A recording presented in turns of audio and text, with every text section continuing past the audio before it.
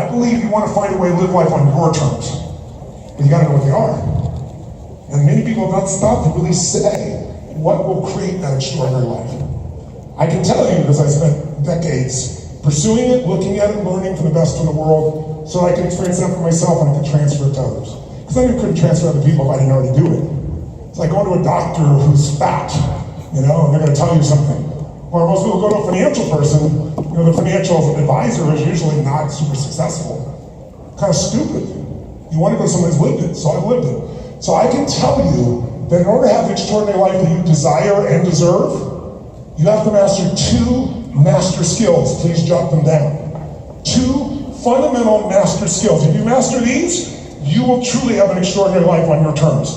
If you don't, you're going to have lots of excuses and disappointments and reasons why that hasn't yet happened, right?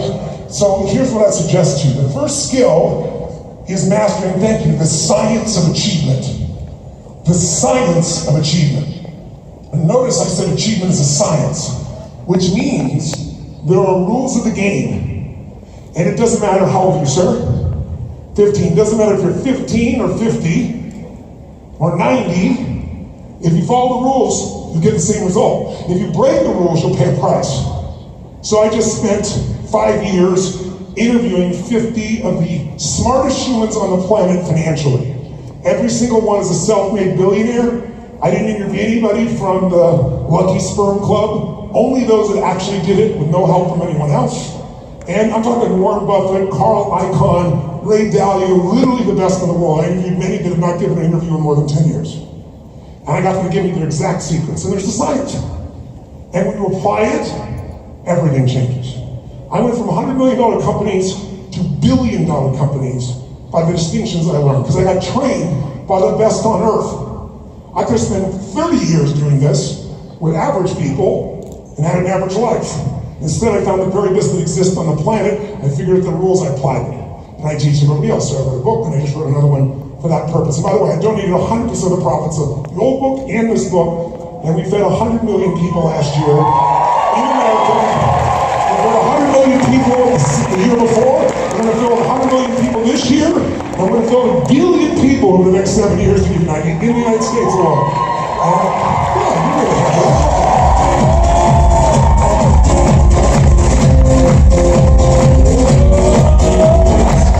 And I tell you that not to brag, but to remind you that you are not the manager of your circumstance. You are the creator of your life. And you will create much more if you understand motive does matter. What do I mean by motive does matter? Well, if your motive for doing something is to get something for yourself, that's actually not a bad thing, because life supports all of life. Or God, if you want to use that word, supports all of life. So supporting you and you getting what you need and want supports the rest of life, and you'll usually get good insights on how to do that. That's why most of us pretty much succeed in our life in what we're focused on, whatever we focus on. But if your motive is to take care of your family, then all of a sudden you are supporting not one life, but multiple lives.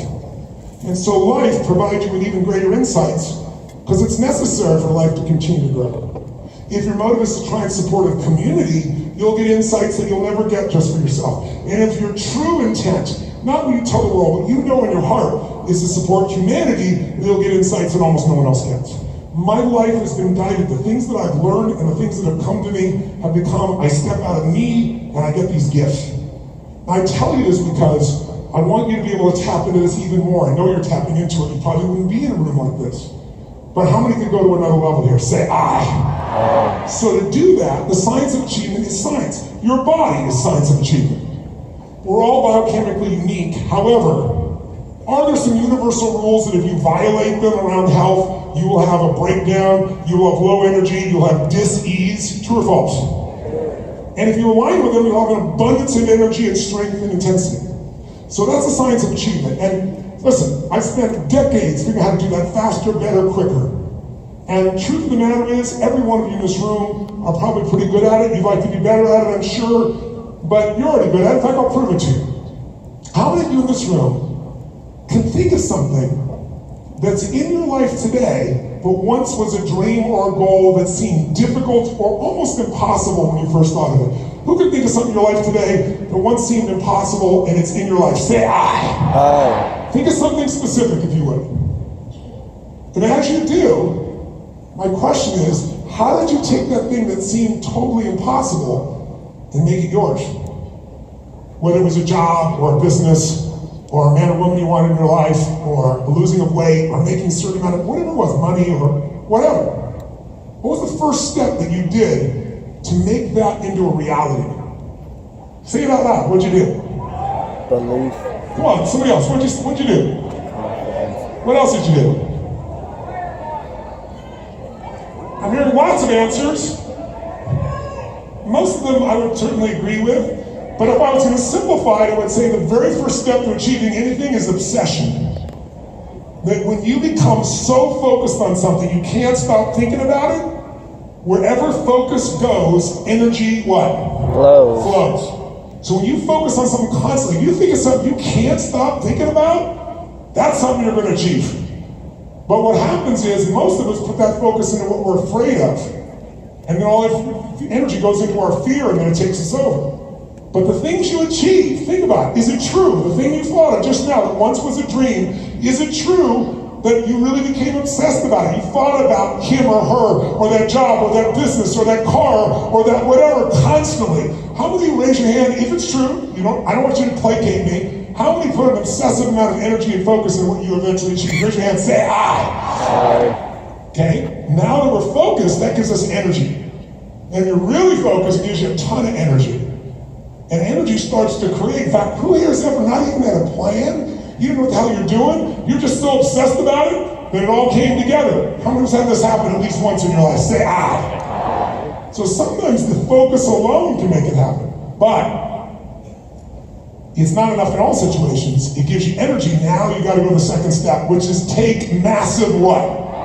Write down massive action is the cure-all.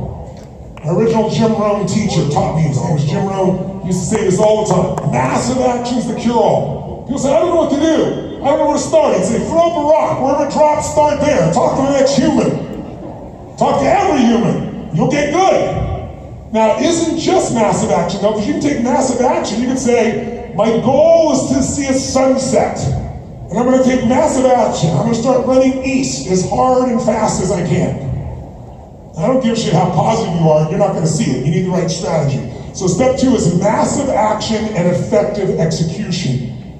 And if you take enough massive action and it doesn't work, what should you immediately do if what you try doesn't work? You should try what? Something else. And if that doesn't work, what should you do? What? What if that doesn't work, what do you do? If that doesn't work, what do you do? Try it. What if that doesn't work, what do you do? And if that doesn't work, what do you do? What if that doesn't work, what do you do? Here's my question. How many times do you do it before you give up and say it's just not going to happen? You never give up? How long would you give your average child to learn how to walk before you shut them off and say, look, dude, you're never going to walk, just give a shot? You go, are you crazy? My kid's going to keep trying until he or she walks. Magic formula. No one almost everybody walks. But see, when you sang as a child and you didn't sound good, people said you're not a singer, shut the hell up, and you stopped, so you didn't learn to sing. You could have learned to sing. It's just there was a different belief about singing than there is about walking. It's no different. If you would have kept changing and been instructed, you would have got there. And you still can't, unless you believe otherwise. How many follow? So we want to take massive action, but we want to keep changing until we find effective execution. And one way you can speed this up is by modeling someone who's already achieved the goals you want. In other words, find someone who's achieved what you want, financially, physically, emotionally, relationship, energy, whatever. Find out what they're doing. If you sow the same seeds, you will reap the same rewards. It's literally that simple. And that's how you can speed it up. My whole life is focused on how do I compress decades into days. And the only way to do that is learn about other people's experience quickly, who've actually achieved, not people that pontificate, those who've done it.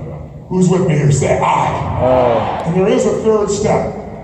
If you do the first two, if you're incredibly, passionately, obsessively focused on what you want, not what you fear, what you want, and you get yourself to take massive what? and keep changing your approach until you get there or model someone, you're going to have massive momentum. You need only one more element. That's grace. Some call it God. Some call it luck. Whatever you want to call it, as hard as you and I work, we're still incredibly lucky. We're lucky because you were born into things you didn't have to create. Me too.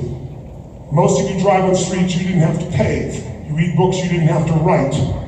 You get on the internet that's in your fingertips that allows you to get an answer to anything in seconds, and you didn't build it. That is pure grace.